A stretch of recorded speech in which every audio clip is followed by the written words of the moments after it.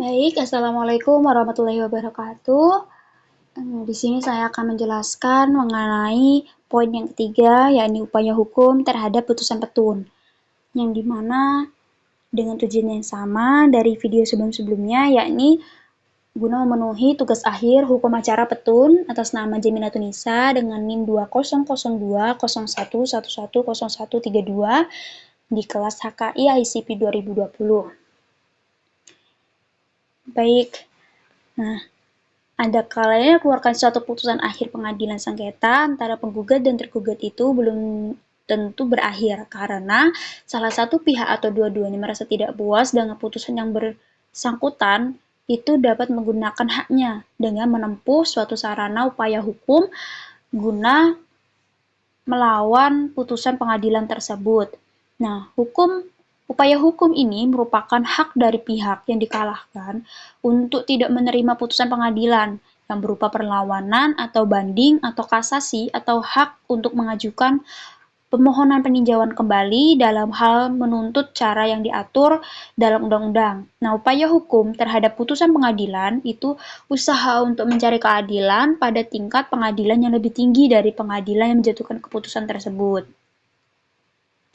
Nah, upaya hukum yang tersedia dalam hukum acara peradilan tata usaha negara itu yang pertama itu ada perlawanan putusan dismisal atau prosedur dismisal, yakni memutuskan apakah gugatan yang diajukan itu diterima atau tidak diterima. Suatu penanganan yang bersifat inquisitor belaka terhadap gugatan yang diajukan itu tidak ada proses antara pihak-pihak, tidak ada acara tukar-menukar jawaban dan dokumen, serta tidak ada pembuktian.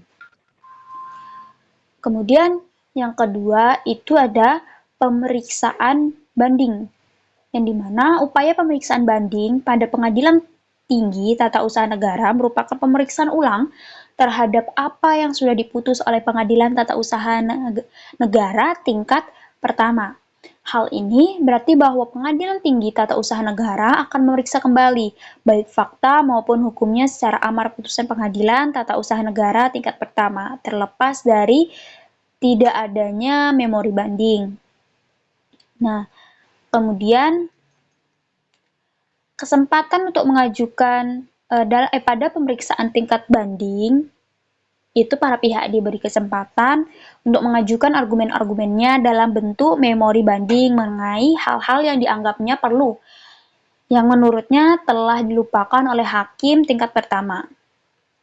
Nah, dapat pula di situ diajukan bukti-bukti baru yang belum pernah diajukan pada tingkat pertama atau membantah atau memperkuat pertimbangan putusan dari hakim tingkat pertama. Pemeriksaan tingkat banding itu bersifat devolutif, yang dimana secara keseluruhan pemeriksaan perkara itu dipindahkan dan diulang oleh pengadilan tinggi yang bersangkutan. Nah, pengadilan tinggi itu seperti duduk di tempat hakim tingkat pertama. Kemudian yang ketiga itu ada pemeriksaan kasasi. Nah, tahap putusan pengadilan tingkat banding itu dapat dilakukan upaya hukum kasasi ke Mahkamah Agung Republik Indonesia. Pemeriksaan di tingkat kasasi ini diatur dalam pasal 131 yang menyebutkan bahwa pemeriksaan tingkat terakhir di Pengadilan Tinggi Tata Usaha Negara itu dapat dimohonkan pemeriksaan kasasi kepada Mahkamah Agung.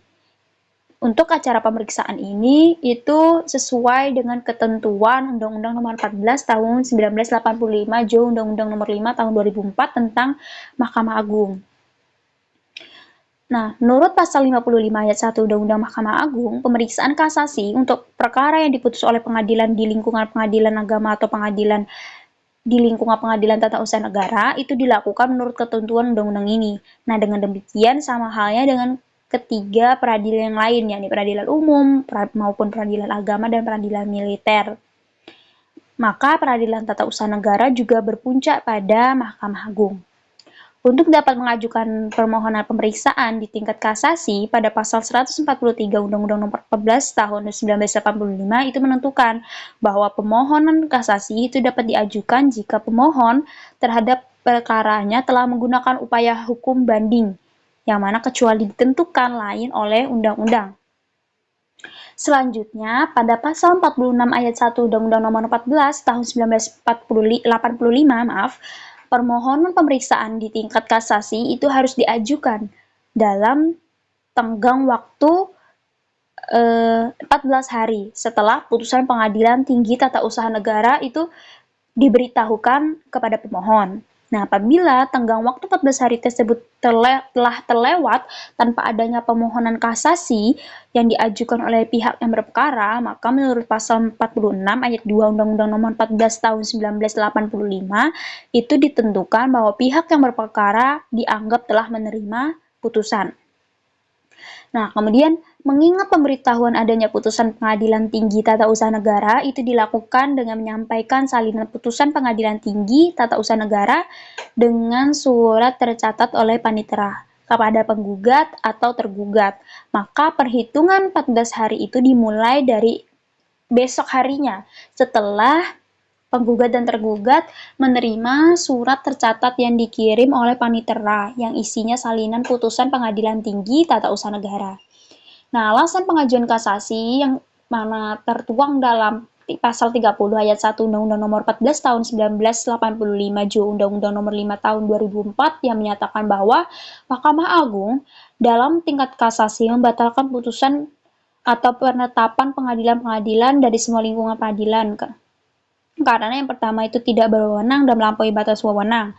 Yang kedua, salah menerapkan atau melanggar hukum yang berlaku. Yang ketiga itu lalai memenuhi syarat-syarat yang diwajibkan oleh peraturan perundang-undangan yang mengancam kelalaian itu dengan batalnya putusan yang bersangkutan. Nah, untuk yang keempat itu ada perlawanan oleh pihak ketiga, yang mana dalam pasal 118 itu mengatur pelaksanaan putusan Pengadilan Tata Usaha Negara yang telah memperoleh kekuatan hukum tetap. Yang dimaksudkan dengan pihak ketiga di sini ialah pihak ketiga yang tidak ikut serta dalam proses perkara berdasarkan pasal 83, yaitu mereka yang tidak ada intervensi. Nah, pasal tersebut itu menciptakan suatu sarana perlindungan hukum yang memberikan hak kepada pihak ketiga untuk mengajukan gugatan perlawanan terhadap pelaksanaan putusan. Selanjutnya yang kelima itu ada pemeriksaan peninjauan kembali. Nah, dalam sistem hukum acara peradilan tata usaha negara, itu di samping upaya hukum kasasi demi hukum yang diajukan Jaksa Agung, dikenal dengan upaya hukum pemeriksaan peninjauan kembali terhadap putusan pengadilan yang telah memperoleh kekuatan hukum tetap. Nah, kedua upaya hukum ini dikategorikan sebagai upaya hukum luar biasa, sedangkan pemeriksaan banding dan kasasi itu termasuk upaya hukum biasa. Pada prinsipnya, permohonan peninjauan kembali itu tidak menangguhkan atau menghentikan pelaksanaan putusan menurut pasal 66 ayat 2 Undang-Undang Nomor 14 tahun 1985.